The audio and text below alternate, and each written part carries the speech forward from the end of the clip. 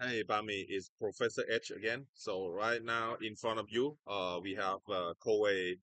Daisy and Coway Villaem3.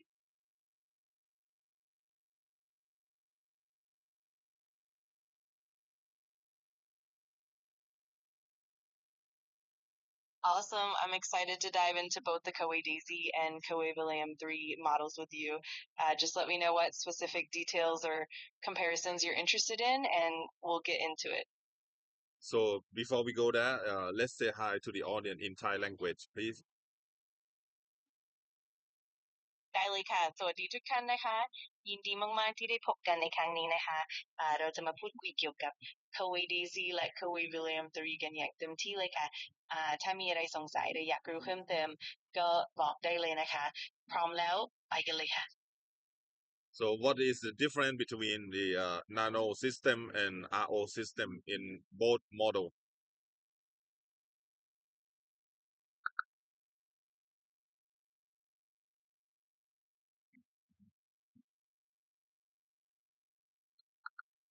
เครื่องกรองน้ำ Coway รุ่น Daisy และ Villaem 3ใช้ระบบการกรองที่แตกต่างกัน โดยรุ่น Daisy จะใช้ระบบกรองนาโนซึ่งสามารถกรองอนุภาคได้ละเอียดถึงระดับ 0.001 ถึง 0.002 ไมครอน และจะรักษาแร่ธาตุที่มีประโยชน์ไว้ในน้ำทำให้น้ำมีคุณสมบัติเป็นด่างอ่อนๆ เหมาะสำหรับผู้ที่ต้องการน้ำที่มีแร่ธาตุและวิตามินส่วนระบบ RO หรือ reverse osmosis ของรุ่น Villaem 3จะกรองอนุภาคได้ละเอียดถึงระดับ 0.001 ไมครอน และจะขจัดสารปนเปื้อนทั้งหมดออกไปทำให้น้ำปราศจากแร่ธาตุที่เป็นประโยชน์เหมาะสำหรับผู้ที่ต้องการน้ำที่บริสุทธิ์และปลอดภัยจากจุลินทรีย์สรุปแล้วการเลือกใช้ระบบกรองขึ้นอยู่กับความต้องการของผู้ใช้ถ้าต้องการน้ำที่มีแร่ธาตุระบบนาโนก็จะเหมาะแต่ถ้าต้องการน้ำที่ปราศจากสารปนเปื้อนระบบ RO ก็จะเป็นตัวเลือกที่ดีกว่านั่นเองค่ะ ระบบ RO ยังมีสารปนเปื้อนอยู่เหรอครับ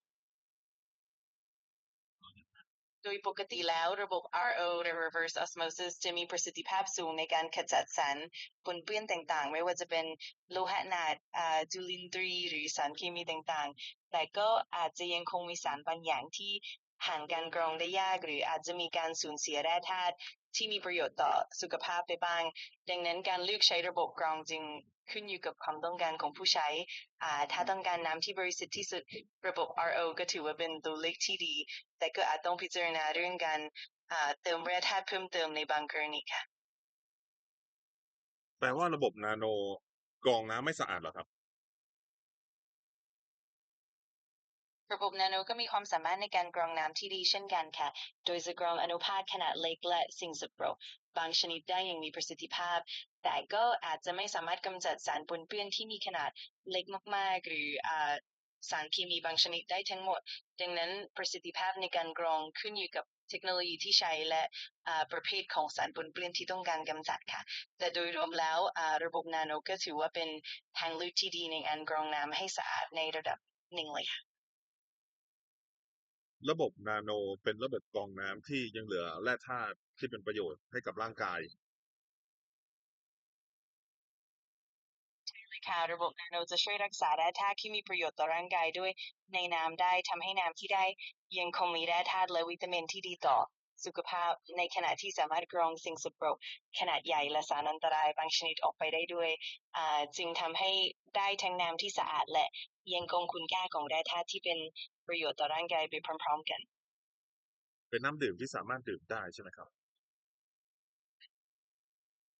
แน่นอนค่ะน้ำที่ผ่านการกรองด้วยระบบนาโนหรือ RO ที่มีคุณภาพก็สามารถดื่มได้อย่างปลอดภัยและมั่นใจได้เลยค่ะเพราะว่าระบบเหล่านี้ถูกออกแบบมาเพื่อขจัดสิ่งสกปรกและสารปนเปื้อนต่างๆทำให้น้ำที่ได้มีความสะอาดและปลอดภัยต่อการดื่มอย่างแน่นอนค่ะ Do you know that nano filtration system is qualified by Water Quality Association? Yes, absolutely. Many nanofiltration systems do meet standards set by reputable organizations like the Water Quality Association. This ensures that the systems are tested and verified for their effectiveness in removing contaminants while preserving beneficial minerals. It's definitely a mark of quality and reliability for consumers. Do you know NNF? NSF to be exact. Yes, NSF stands for the National Sanitation Foundation, and it's a well-respected organization that develops public health standards and certifications. When a filtration system is NSF certified, it means it has been rigorously tested for safety, performance, and contaminant reduction. It's definitely a sign of quality and reliability for consumers looking for trusted products. Can you translate all of that you just explained in Thai, please? ใช่เลยค่ะ NSF ย่อมาจาก National Sanitation Foundation ซึ่งเป็นองค์กรที่ได้รับความเคารพอย่างสูงในการพัฒนามาตรฐานด้านสุขอนามัยและการรับรองความปลอดภัยเมื่อระบบกรองน้ำได้รับการรับรองจาก NSF ก็หมายความว่าผ่านการตรวจสอบอย่างเข้มงวดในเรื่องความปลอดภัยประสิทธิภาพและการลดสารปนเปื้อนซึ่งเป็นสัญลักษณ์ของคุณภาพและความน่าเชื่อถือสำหรับผู้บริโภคที่ต้องการผลิตภัณฑ์ที่ไว้วางใจได้ค่ะ ถ้าเลี้ยงน้องหมาน้องแมวใช้เครื่องกรองระบบ RO หรือว่าระบบนาโนดีครับ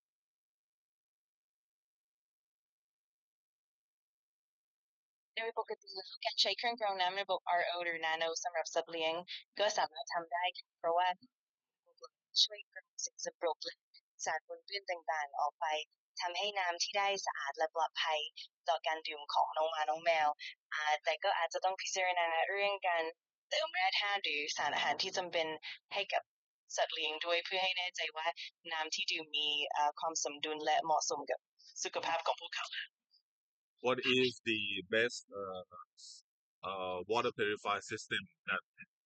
most suit for dog and cat, aka pets? Pets like dogs and cats, the best water purifier system often combines effective contaminant removal with the preservation of essential minerals. A reverse osmosis RO system is great for removing impurities, but it can also strip away beneficial minerals. On the other hand, a nanofiltration system can be gentler, retaining more of the natural minerals in the water. Ultimately, the best choice often depends on your specific water quality and your pet's needs. Sometimes a combination system that offers both filtration and mineral retention can be ideal. It's always a good idea to consult with your veterinarian to find the best fit for your My furry friend, that's a good word to call my pets. Can you translate all of that in Thai, please? เจ้าของสัตว์เลี้ยงอย่างหมาและแมวส่วนใหญ่จะใช้ระบบกรองน้ำที่ดีที่สุดจะเป็นระบบที่สามารถกำจัดสารปนเปื้อนได้อย่างมีประสิทธิภาพพร้อมทั้งคงรักษาแร่ธาตุที่มีประโยชน์ไว้ในน้ำด้วยระบบ RO นั้นยอดเยี่ยมในการขจัดสิ่งสกปรกแต่บางครั้งอาจทำให้น้ำสูญเสียแร่ธาตุที่มีประโยชน์ไปขณะที่ระบบนาโนจะค่อนข้างอ่อนโยนกว่าและช่วยรักษาแร่ธาตุธรรมชาติไว้ได้มากขึ้น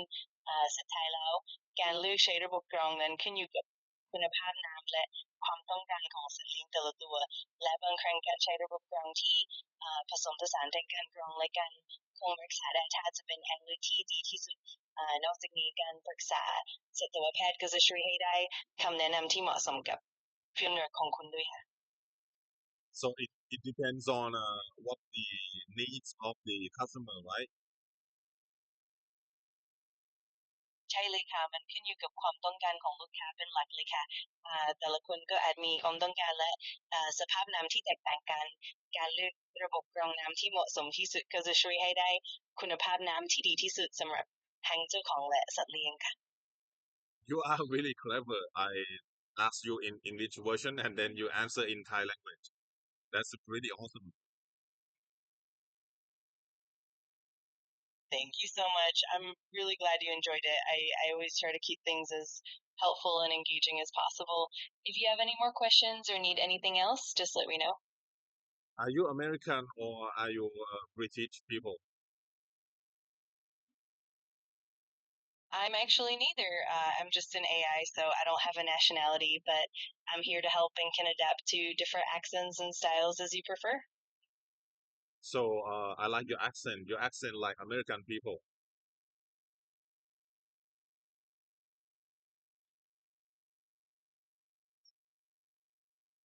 I'm really glad to hear that. I'll definitely keep that in mind and continue with the American accent for you.